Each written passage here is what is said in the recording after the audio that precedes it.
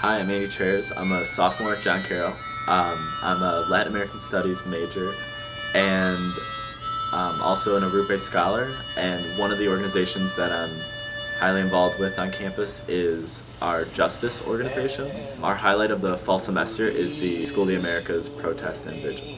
This year we have 25 John Carroll students, faculty and staff going to Columbus, Georgia for the protest and vigil. The weekend kicks off with the Ignatian Family Teach-In. All of the Jesuit colleges and the majority of the high schools in the country get together and learn about justice issues and issues around the SOA. John Carroll University. Please welcome someone who serves as the self-effacing conscience of the House of Representatives and the persistent friend of those who too often have no one else to fight their battles, Congressman Jim McGovern. I particularly am grateful to all of you for being here because it makes me appreciate the fact that there are so many people in this country who believe in peace and who believe in justice. We have some people in Washington who have made it unfashionable to talk about peace, to talk about human rights, to talk about justice.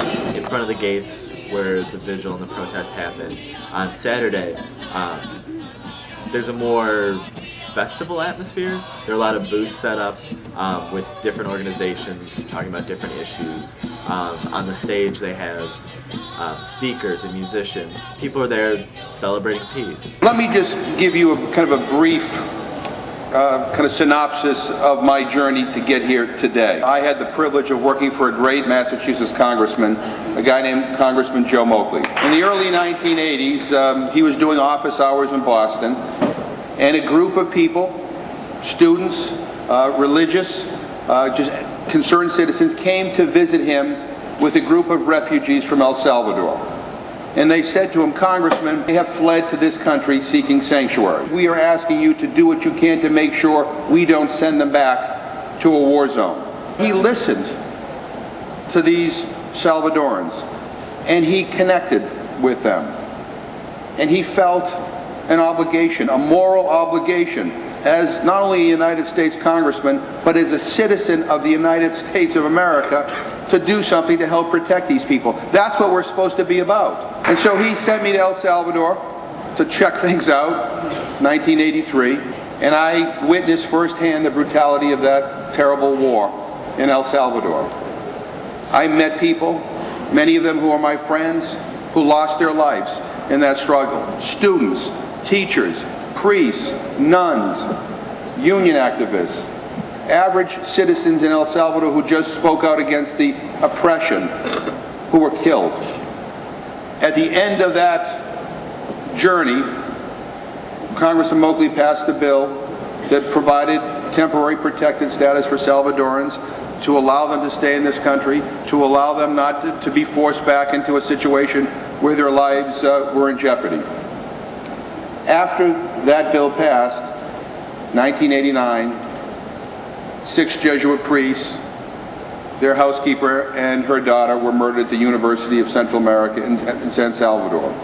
These priests were active in helping to educate Washington as to the realities in El Salvador. Several days after those terrible murders, I went to San Salvador and went to the campus of the University of Central America. And I walked onto that campus and I stood at the very site where these priests, my friends, were dragged out of their rooms, were forced to lay face down on the grass, and were shot execution style. The blood stains were still on the grass. We investigated those murders. We did all kinds of crazy things, if you will, to try to get to the truth. I learned that as much as I love my country, and as much as I respect my government, not everybody in my government was committed to peace and justice in El Salvador. We found out in the course of that investigation that 19 of the 26 triggermen, 19 of the 26 men who murdered these priests in cold blood, and their housekeeper and her daughter, were graduates of the then School of the Americas. What a horrifying and terrible feeling to think that the people who committed this crime and so many other crimes in El Salvador came to the United States, went to a school in the United States designed to promote military training, went back to El Salvador and used what they learned to commit these terrible atrocities. That began this whole kind of effort in Congress to say, look, this is not what we're about. This is not who we are. We're not about training people to go back to their home countries and commit these terrible atrocities. That's not who we are as a country. That's not who we are as a people. We are better than that. Our role should be to stand out loud and foursquare for human rights, no matter where it is, whether it's El Salvador, Guatemala, whether it's in Darfur, wherever it is. That is what we're about. Sunday morning is the vigil that happens with the white crosses that everyone has, and on the crosses, people write names of people that have been killed by graduates of the School of the Americas. Part of the vigil is when a name is read, to hold up the cross and say, presente, meaning that we're with you, we're in solidarity with you, and we're working to make sure it doesn't happen again. We're going to shut the school down once and for all.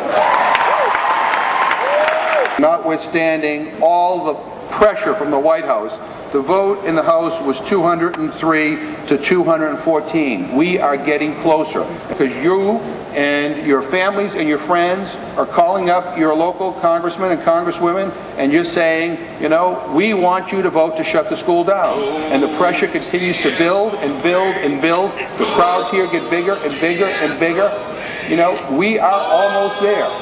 I decided that I'm going to participate in the die-in that happens at the gates. It was just one of those things where, like, this is my third time here, and I wanted, like, you know, I've already done the protest, like, the vigil twice, and I really enjoy it and get a lot from it, but I kind of wanted to do something more. Especially going to El Salvador this spring. And I really just want to keep it meaningful and to do something different. I definitely feel like this would be a great experience. Let the solemn funeral procession begin.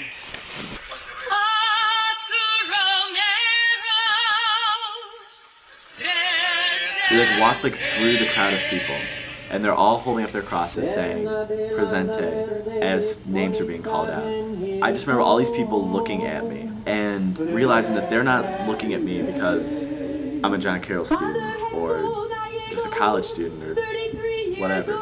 They're looking at me because I represent anyone who was mourning over losing a loved one because of the graduates of the School of the Americas.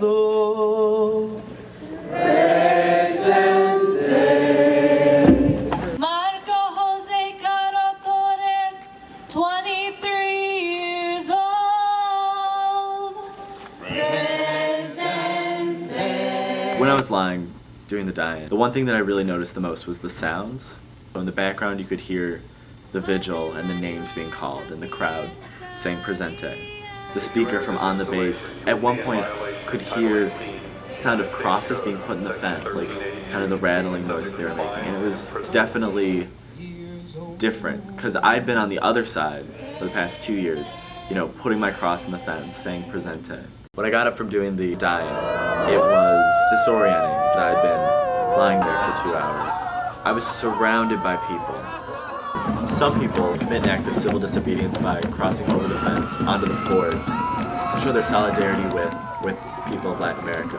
And those people who cross onto the base, actually, they end up spending time in front of the president. After the vigil, the atmosphere turns into one of rebirth. It becomes more joyous. It's not as solemn as it was during the vigil, but it just kind of shows that we can use the sorrow from the vigil to empower us to work towards justice. Everyone there can celebrate and enjoy the community that was created throughout a weekend like this. All good things that have happened in this country, all the good things that have happened around the world, all the important movements for peace, for justice, for equality, for civil rights, they just didn't happen. They happened because like-minded people came together and stood together and demanded change. And that's what we're doing here today. We are here because we love our country. I'm gonna let it shine, let it shine.